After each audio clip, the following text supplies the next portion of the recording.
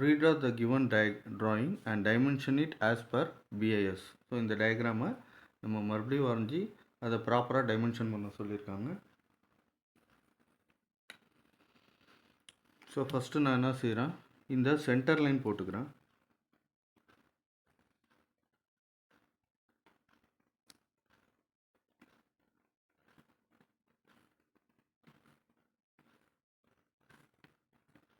So ஒரு கோடு, ஒரு புள்ளி, ஒரு கோடு, இது வந்து சென்டர் லைன்.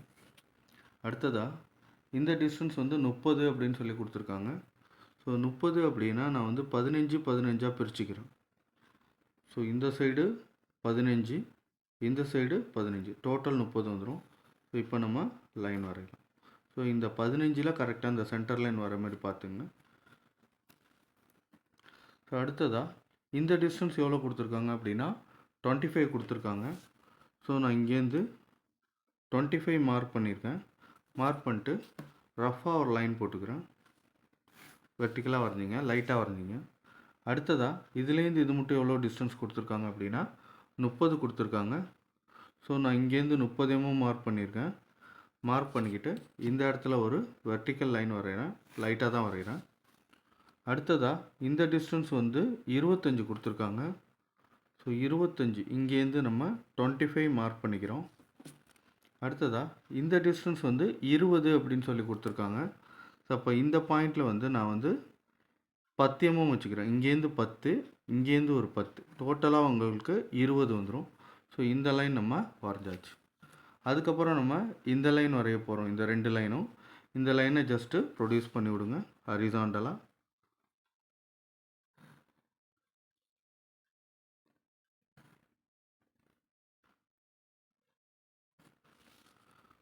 ஸோ நெக்ஸ்ட்டு இந்த டிஸ்டன்ஸ் 10 கொடுத்துருக்காங்க அப்படின்னா இந்த டிஸ்டன்ஸும் 10 தான் இருக்கும். அதை நம்ம மார்க் பண்ணிக்கலாம்.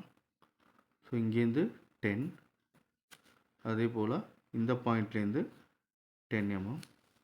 அதுக்கப்புறம் இந்த 2 லைன் நான் வரைய போகிறேன்.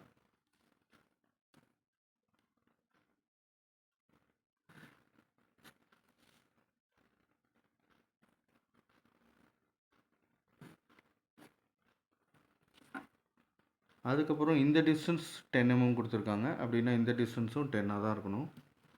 ஸோ இப்போ இங்கே இதுலேருந்து இது மட்டும் 10 வச்சு ஒரு கோடு டார்க்காக போட்டுங்க. அதே போல் இங்கே ஒரு 10 mmக்கு லைன் டார்க்காக போட்டுங்க. நெக்ஸ்ட்டு இந்த லைனை நான் கொஞ்சம் ப்ரொடியூஸ் பண்ணி விட்டுக்கிறேன். அதே போல் இங்கேருந்தும் லைன்ஸை ப்ரொடியூஸ் பண்ணி விட்டுட்டு இந்த போர்ஷனை நம்ம வந்து இப்படி க்ளோஸ் பண்ணிடலாம். ஸோ அடுத்ததாக நான் வந்து இந்த சின்ன சர்க்கிள் வரைய போகிறேன். இந்த சின்ன சர்க்கிள் வந்து இதோட சென்டர் பாயிண்ட் இங்கே இருக்குது. இதோட அளவு எவ்வளோ கொடுத்துருக்காங்கன்னா டயாமீட்டர் 12 அப்படின்னு சொல்லி கொடுத்துருக்காங்க. நம்ம ரேடியஸ்க்கு தான் எப்போதும் காம்பஸில் அளவு எடுக்க முடியும். டயாமீட்டர் 12 அப்படின்னா ரேடியஸ் அதில் பாதி இருக்கும், அதாவது 6 mm இருக்கும். ஸோ நம்ம 6 mm அளவு எடுத்துக்கலாம். ஸோ நான் 6 mm வந்து மெஷர் பண்ணிட்டு இந்த பாயிண்டில் வச்சு நான் வந்து ஒரு சர்க்கிள் வரைகிறோம். ஸோ இது வந்து ப்ரோ சர்க்கிளால் வரைஞ்சிங்கன்னா உங்களுக்கு ஈஸியாக இருக்கும். அதே போல் இங்கேயும் நம்ம அதே அளவு தான், இந்த சர்க்கிளோட அளவு தான் இங்கேயும்.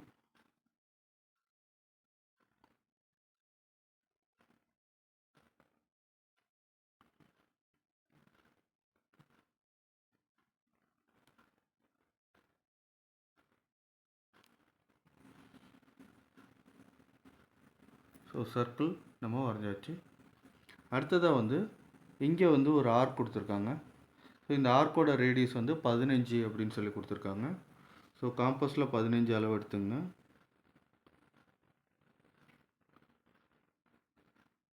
ஸோ காம்பஸில் 15 mm அளவு எடுத்துகிட்டு இந்த பாயிண்டில் வச்சு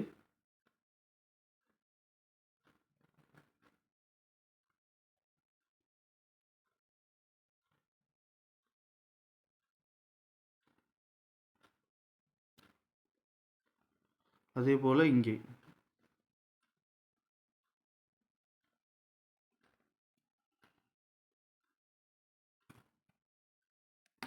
ஸோ நெக்ஸ்ட்டு இந்த சைடை கொஞ்சம் டார்க் பண்ணி விட்ருங்க. அடுத்ததாக நம்ம அளவு மார்க் பண்ணலாம். ஸோ டைமென்ஷன் பண்ணுறதுக்கு இந்த டிஸ்டன்ஸ் வந்து 30 அப்படின்னு சொல்லி கொடுத்துருக்காங்க.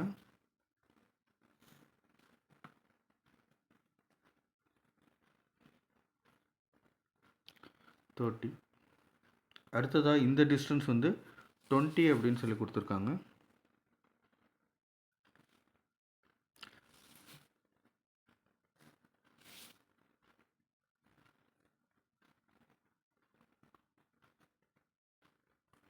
ஸோ நெக்ஸ்ட்டு இந்த டிஸ்டன்ஸ் 25, 30, 25 இது எல்லாத்தையும் வருஷலாக நம்ம டைமென்ஷன் பண்ணிடலாம்.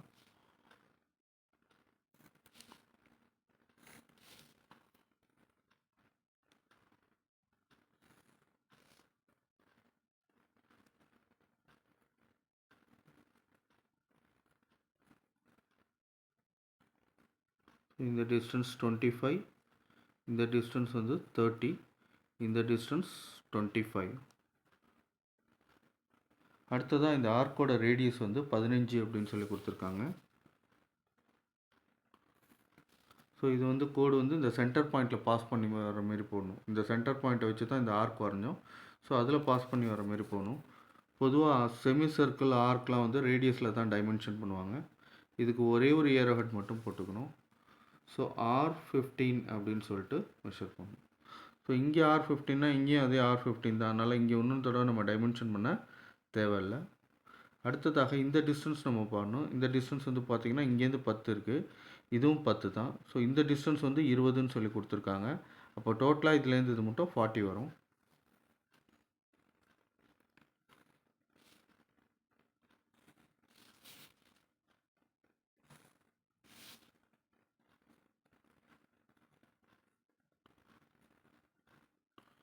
அடுத்ததாக இந்த சர்க்கிள் டைமென்ஷன் பண்ணணும். இதில் 2 சர்க்கிள் ஒரே அளவாக இருக்கிறதுனால ஏதாச்சும் ஒரு சர்க்கிள் நம்ம டைமென்ஷன் பண்ணால் போதுமானது. சர்க்கிளை பொதுவாக டயாமீட்டரில் தான் டைமென்ஷன் பண்ணுவாங்க.